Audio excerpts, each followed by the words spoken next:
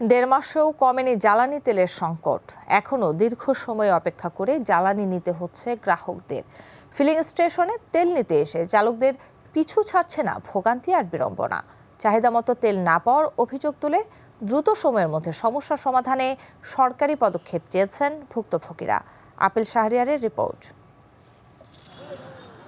ভোগান্তি ও বিড়ম্বনা মাথায় নিয়ে জ্বালানি সংকট থেকে মুক্তির প্রহর গুনছেন যানবাহন চালকরা।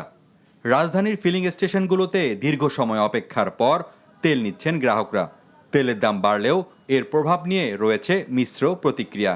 সরকার তেলের দাম বাড়াইছে, কিন্তু ক্রাইসিস সমাধান হবে বলে মনে করছিলাম, কিন্তু এখনো পর্যন্ত সমাধান হয় নাই। আমি যেমন 2 সপ্তাহ 3 সপ্তাহ পর পর আমার রেগুলার ইউজের জন্য আমি নিচ্ছি, বাট এটা যদি এখন আমি প্রতিদিন এসে নেওয়া শুরু করি তাহলে তো এরকম সিনারি হবে। পার্লামেন্টেই শুধু তেল পাওয়া যায়, পাম্পে তেল পাওয়া যায় না। তো গভর্নমেন্টের এই জিনিসটা একটু দেখা উচিত। সিরিয়াল আগের সাথে একটু কম, কিন্তু তারপরও তো সময় লাগতেছে আগের মতোই। রামপুরা থেকে আসার সময় মালিবাগ চৌধুরীপাড়ার ওইখানে যে পাম্প, ওই পাম্পে আপনার দেখলাম যে লেখা অকটেন নাই, ডিজেল নাই। 3 ঘন্টার উপরে দাঁড়িয়ে আছি সিরিয়ালে, কিন্তু ভোগান্তি তো কমে নাই।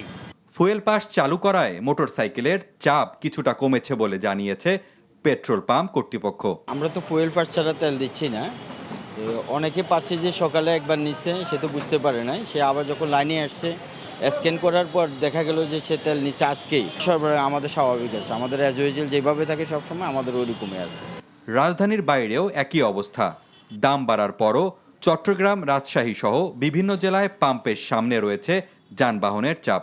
পরিমাণে কম হলেও সব পাম্পে সরবরাহ স্বাভাবিক রাখার বিষয়ে সরকারি পদক্ষেপ চাইলেন গ্রাহকরা।